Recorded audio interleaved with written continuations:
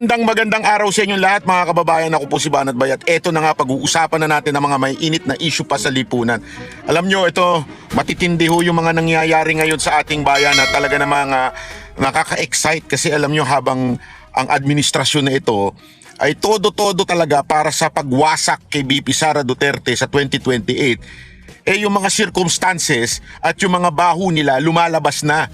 So ang nangyayari tuloy, kesa na nakakabenepisyo yung mga nangyayari, wala, lalo ho silang nababaon ho sa kumunoy, ika nga. Bawat galaw nila mas lalo silang lumalalim.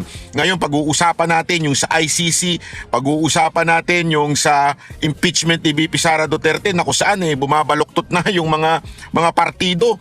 At tila kinakampihan na po si BP Sara Duterte, di ba? At syempre yung mga bayani natin na mga dating sundalo, mga ex-army and ex-marine, pag-uusapan natin yan. At syempre yung pag-usapan din natin yung mga nagpipilit tumakip po sa kanila, yung nagpipilit po na depensa ng administrasyon na ito, pero nangyayari lalo po silang napapahamak sa ginagawa nila. Ay nako, alam mo ladies and gentlemen, sabi ko nga sa inyo, basta ikaw ay doon ka lang sa katotohanan, lalabas at lalabas ang tunay na ng bayan. Yung tunay, yung katotohanan, yung hustisya sa ating bayan. Okay, pag-usapan na po natin ngayong araw na ito. At ito, simulan natin dito sa issue po ng ex-marine muna, yung kay Marcoleta. Ituloy lang natin ang bahagya. Kasi maganda yung sinabi niya dito, ulit-ulitin natin, idiin natin. Dito, napakaganda ho ng ito. Yung mga lumantad na dating sundalo, halimbawa nga, hindi ito pansinin ng Senate Blue Ribbon Committee. Pero di ba? Ethical ban. Hindi, huwag mong ipaghalimbawa na hindi papansinin ito. Abay, bakit? Itong 18 ito, hindi mo papansinin. Halimbawa lang. Ay, hindi, ayokong ipaghalimbawa. Parang ayaw yata nga Kasi iba yung di kapag sinabi mo nila, gagawa ng napakaraming excuses, ng napakaraming kadahilanan, ayaw nila talagang tukuyin kung sino ang may kasalanan. So ayaw nilang pagbigyan ng hinahanap ng taong bayan. Ayaw nilang bigyan ng sagot talaga, hinahanap ng taong. Kanino ka ba nagsisilbi? Sa taong bayan? O yung pinipilit mong pagtakpan? Ito ang problema ngayon. Alin ang pipiliin mo? Yung taong bayan na nagluklok sa'yo para gampanan mo yung katungkulan mo. Proteksyonan mo, pahalagahan mo ang kanilang interes. Ito ang sinumpaan mo bago mo kunin ang tungkulin na yan. Sino ngayon ang pipiliin mo? Di ba taong bayan? Oo. Sorry, Marcoleta. Alam mo naman, Senator. Si Pinky. Alam mo naman to si Pinky. Talaga naman ang pinagsisilbihan naman ito, hindi taong bayan, di ba? Baka yung yung kanyang, ewan natin, ayoko lang magsalita, pero obvious naman mga kababayan kung sino pinagsisilbihan nito ni Senator Lacson, di ba? Tuloy natin. O sasabihin mo ngayon na, hindi, teka, may kulay yan Baka lang yan Kahit anong kulay pa yan. Nakaharap ka. Obligasyon mo yan. Pero pwede bang ang ibang komite ang mag-hearing dito o magpatawag? Ikaw nga. Blue ribbon ka nga Blue ribbon Hindi pwede yun. Sa kasaysayan ng Senado ng Republika ng Pilipinas, blue ribbon yan. Oo. Kinuha mo sa akin Naku po, patay. Mas magaling ka, di ba? Naku po, patay tayo dyan. Nagkahugutan na. Nagkahugutan na. Baka talaga Senator Marcoleta. Hindi, pero tama naman siya dito kinuha nyo, nilipat nyo. Actually, maganda na nga. Unang hearing pa lang, nakikita mo na yung direction pinakialaman ninyo. Di ba? Binigay dito sa kampo ni Tuta Soto. Di kita nyo na nangyari tuloy nyo. Kasi ngayon, hirap na hirap sila kung paano pagtatakpan. Ngayon, saan? Yan ang tinatanong mo taong bayan. Ayun. Nag-prepare na siya ng meron ng ginawang report pero ngayon walang gustong pumirma yata. Abay, bakit? Bakit walang gustong pumirma? Aba? Pag ganun dito niya ginanon. Teka muna lang dyan, dito. Paano ngayon? Hindi ganun Tuntunin mo, gawin mo sang-ayon doon sa nakikita mong ebidensya. Hindi mo tatakpan ng ebidensya para ipaling mo dito. Hindi mo hinihanap ng tao. Nandiyan ang dilema niya ngayon. Paano nga yun, Sen? Nakagawa na siya ng report. May bagong... Teka muna, ang proseso namin dyan, ang mekanismo dyan, pipirma dyan at least 11 para magkaroon ng majority report. Walang pumipirma. So baka ang gusto nila, wala nang pumirma. Kasi pag wala nang pumirma, wala nang ipipresent, wala nang official na report na ipipresent. So ganun, papatayin na lang natin. Nako, hindi nga papayag ang mga O kasi baka hindi niya na alam kung saan niya ikukurba eh. Nagtagal. Hanggang sa dumating itong batch na ito. So anong gagawin mo? So ang dapat na talagang susunod dito, itutuloy ang investigasyon kasi may bagong anggulo eh. Ganun po ba, Sen? Tanong mo sa kanya. Sabagay, hindi nga pala kayo chairman. Ako pala ang tinatanong mo. Ba't ba hindi mo inimbita rito? Sa susunod na linggo, baka... Di ba? Opo. So dapat pala ganun. Kasi ang alam ko, parang yung bang resolusyon na Senador Amy... Kahit hindi natin pag-usapan dito kung ano yung dapat gawin eh. Sinabi ko na sa iyo kanina, ang taong bayan naghihintay. Yawn. Pera nila ito eh. Tama. Buwis nila ito eh. Tama. Pinaghirapan ito, pinagbuwisan ng napakaraming sakripisyo sa kanilang buhay. Ayun, alam mo naman mga kababayan, di ba? So diyan pinakikita talaga na etong si Lacson, tila umiiwas dito. Kasi, alam mo, si Lacson, mahilig ito sa conspiracy. Kahit noon pa sa mga komento, mahilig ito sa conspiracy. Hindi ko magets bakit ngayon, tila tameme siya. Dati pagka meron lang bumulong-bulong, iimbestigahan niya na. Ngayon, bakit hindi niya dalhin at imbestigahan? Hindi naman po sinasabi na paboran. Di ba? Hindi naman po yun sinasabi, paboran natin etong mga dating sundalo. Hindi naman po yan ang sinasabi. Hindi naman po sinasabi na kung ano-ano man. Ang sinasabi, imbestigahan natin. Di ba? Imbestigahan natin yung mga statement nila. Aba, antindi ng akusasyon. Si Soto, Senate President. O bakit di nyo patawag dyan? O pwede nga ipahiya ni Soto. Di ba? Bakit ano? Kasi nga, alam na this. Di ba? Yun lang naman yun eh. Huwag nga tayo magpalusot-lusot pa, alam na kagad natin yan.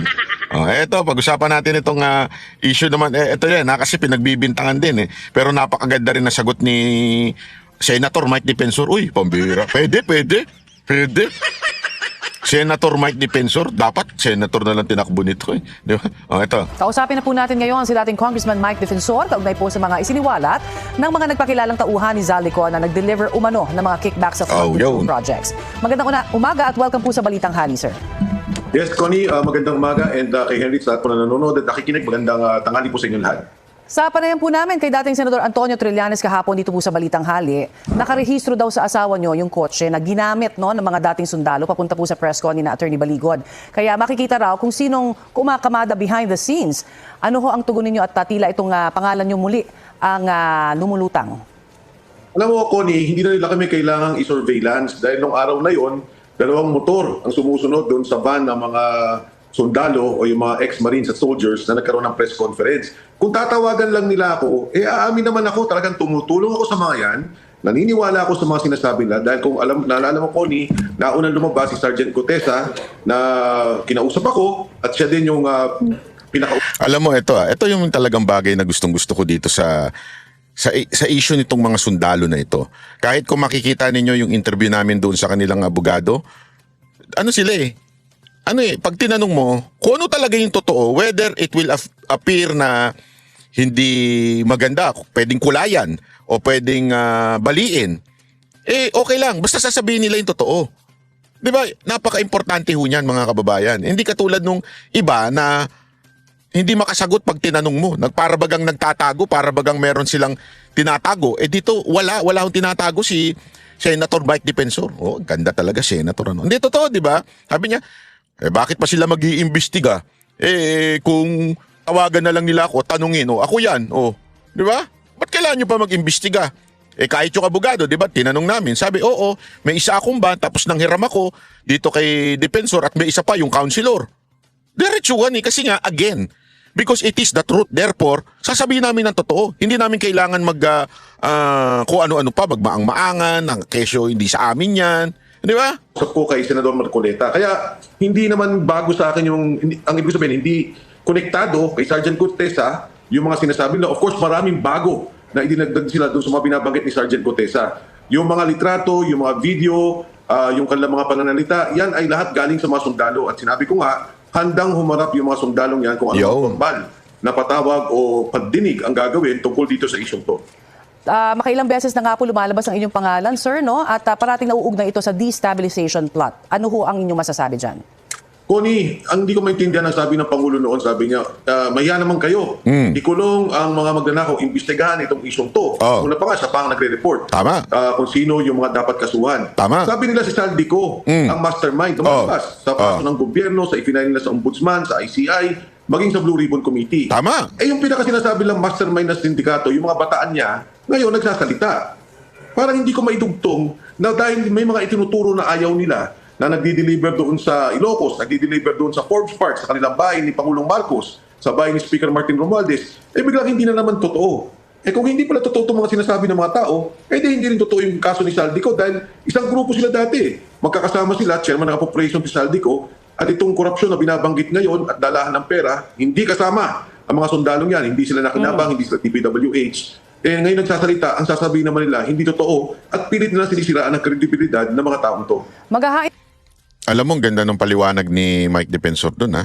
Kasi, totoo yung Pangulo ang nagsabing talagang ikulong natin yung may kasalanan. Yan ang sinasabi niya, paulit-ulit, kulong natin ang may kasalanan, bla bla bla bla bla bla. Tapos, nung nakita na talaga kung sino yung may kasalanan at sinasabi ngang si Saldico daw yun, isa daw yun. Ito, mga tauhan ni Saldico. Tapos, sinasabi pa nila noon, dapat managot si Saldico, makulong.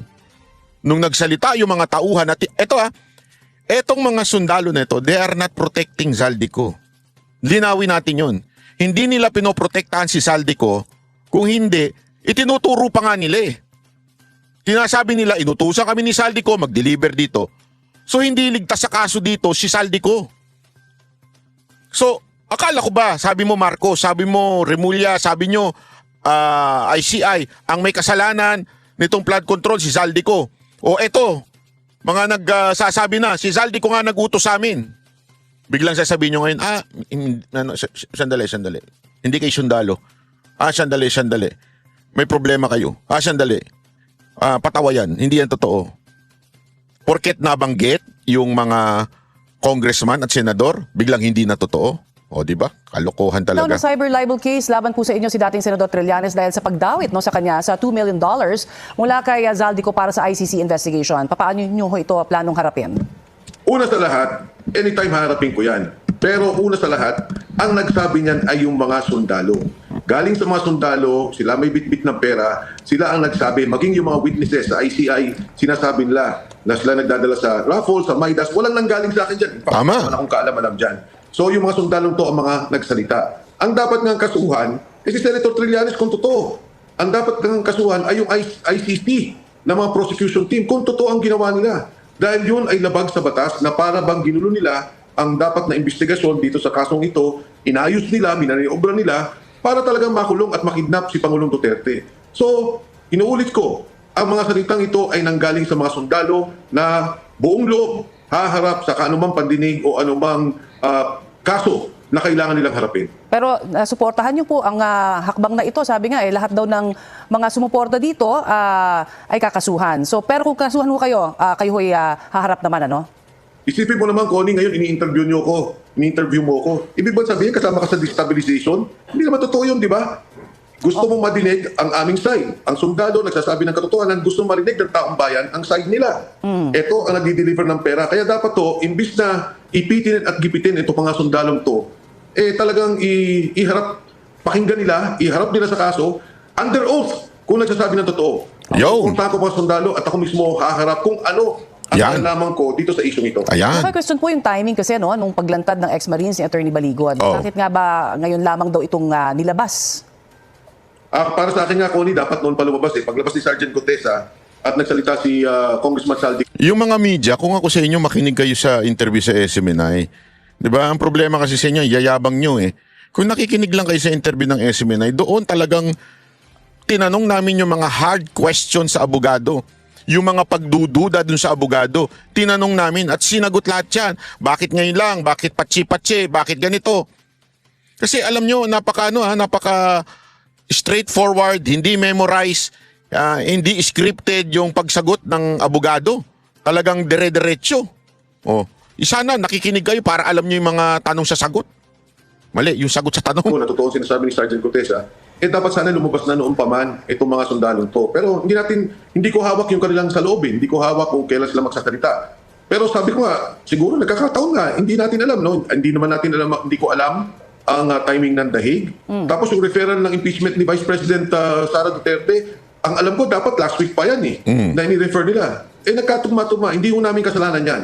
At hindi ho nila dapat pagkaabalahan yung timing. Ang pagkaabalahan nila ang katotohanan ng issue. Yo. Totoo ba itong sinasabing delivery ng pera? Yo. Totoo ba itong mga litrato? Yo. Totoo ba itong mga video? Yo. Totoo ba ang pananalita ng bawat sundalo na involved sa isyong to? Yo. Sinabi niyo po na may panibagong grupo ng former Marines na lalantad hawak ang ebidensya sa umano'y bribery scheme sa administration ni Pangulong Bongbong Marcos. Ano ho ang inyong kinalaman naman dito? Bakit meron ho kayong knowledge about this firsthand? Well, una sa lahat, nung magsimula kasi itong 18 mga sundalo, hindi ko talaga sila nakakausap. Maraming mga retired soldiers, ang alam ko, yung iba kausap nila active, ako wala akong kausap sa kanila, na nagsasabi, eto lalabas, may mga lalabas na sundalo. And so later on, talagang ang kausap ng mga sundalo ay isang retirado rin na sundalong kasamahan nila, kasama si Atty. Levy Baligod. At ang nadinig ko, ang pagkakasabi sa akin ni Atty. Levy, talagang may mga gusto Yun. So, ayan na yung... Ayun. na tayo naputol. nga lumalaban para sa bayan. Yun. Buhay natin, inaalay natin. Yun. Ngayon nakita natin yung korupsyon na nakakapekto sa lahat. Talagang grabe ang nagiging epekto sa buhay ng bawat Pilipino. Bakit hindi tayo magsalita tungkol dito? Mahirap. Hindi basta-basta yan dahil nakataya buhay nila, nakatala. Tsaka, ano ang motibo nila? Napakahirap kalabanin ng gobyerno ngayon. Kung ang motibo mo lang pera, kung ang motibo mo lang posisyon, nakapakahirap, walang power. Alam mo kung bakit? Meron ako narinig yung Dr. Quack-Quack. Naalala niyo si Dr. Quack-Quack? Si Dr. Quack-Quack yung albularyo ba yun? Si Dr. Quack-Quack, yung bida-bida na nagmamagaling pagdating sa COVID doon. Di ba? Sabi niya, kasi nag-comment siya, hindi ko nababanggitin dito kasi cloud chaser lang itong tao na ito. Nagpapapansin ito sa Banateros kasi lahat kami binabanatan dahil nga sa gustong sumikat nito kasi laos na to. Nagtago na to nga dati. Nagtago na itong animal na to. Tapos binabanatan niya si Sir Jack. Tapos napanood ko, sabi niya, ang hirit niya doon. Tsaka na kayo magbumatikos, magmatapang pag wala na si BBM daw. Tsaka na tayo kasi nakita nyo nga, ginawa doon sa inyong pinakapinuno na si Duterte. O, di ba? Dinala nga sa dahig. Alam mo kasi, bumabanat kami, it's not because of strategy. Ano magandang strategy? Babanat ba kami ngayon o hindi kami babanat? Hindi. Alam mo, tama siya dun eh. Tama siya, yung pinakapinuno nga namin o yung ina-admire namin ay naando sa dahig. Diba? Tama siya. May punto siya dun. Pero, the main point here, okay? Kahit na andoon si Pangulong Duterte, bumabanat kami, it's not because takot kami o di kaya because may nagbabayad sa amin. Kasi ayun na nga nandun na si Pangulong Duterte. So wala talaga kaming reason para magmatapang. Ba't namin ginagawa ito? Kasi sabi nga ni attorney, tinanong namin siya, di ba? Tinanong namin siya, what's the reason bakit sila lumabas? Alam mo, simple lang ang sagot niya Ito katungkulan natin bilang Pilipino. Hahayaan ba natin na bumagsak ang ating bansa? Ito'y ating katungkulan na lumabas at magsalita. Ito'y ating responsibilidad na ipaglaban ng ating bayan. Di ba? Ito nga yung sinasabi na ipaglalaban lang natin ang ating bayan dun sa katotohanan. Sasabihin nila may power kaya ginagawa ito kasi may motibo kayo. Wala kaming motibo. Kayang-kaya kaming ipakulong kung gugustuhin ng gobyerno. Sa totoo lang, kayang-kaya. Kita nyo naman na nangyayari sa lahat ng mga lumalaban sa administrasyon na ito. Di ba? Pinakukulong talaga. So kaya talaga Pero again, it is because for the love of country and our responsibility as a citizen of this country to tell the truth. Yun lang yun buhay ng pamilya nila. So, nung nagbuo sila ng grupo, siguro sabi nila, dapat marami tayo. At tama rin naman na marami sila. Kaya nilang depensa ng sarili nila kung sakaling may kaganapan o may gagawin laban sa kanila. Itong 12 naman, nagsabi na rin siguro, nasusunod kami. Ang alam ko, Connie, kung nare-recall mo, 90 lahat ang tao ni Saldico, 90, na may kinalaman sa lahat ng isyong to ng dalahan ng pera, bigayan ng pera, delivery sa mga bahay-bahay at doon sa bahay ni Speaker Martin Romualdez sa townhomes na binabanggit niya nila. Okay, ano po ang relasyon nyo sa mga sinasabi nyong former Marines? Anong klase po ng tulong? Sabi nyo nga, you admitted it, na talagang sinusuportahan nyo sila. Ano ba yung mga binibigay nyo pong tulong sa kanila? As of the moment, meron daw bang financial itong kaakibat o na tulong pa?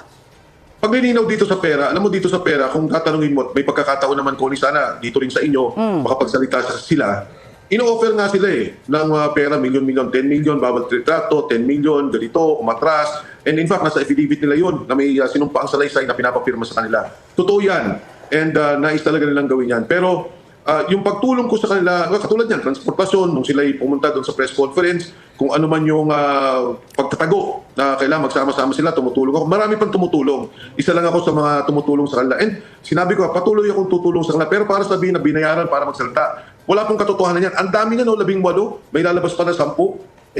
Hindi ganun kasimpleng pera ang pinag-usapan natin. Kumpara, yung kalaban natin, bilyon-bilyon yung kalaban. Tama. Di ba lahat ng mga nakatanggap ng pera, nais nilang patahimikin yung mga yan. Ang dami lang pondo. Magkano yun? Oo, yan. Yes, Connie. Kailan daw lalabas itong 10? Hindi ko talaga sigurado. Hopefully next week, no? Hopefully this week. Hindi ko talaga sigurado, pero pagka ito yung nangyari na, ipagbibigay alam ko sa inyo sa lalong madaling panahon. At binansagan din ho kayo ni Palace Press Officer Yuse Claire Castro na Ador Mawanay 2.0.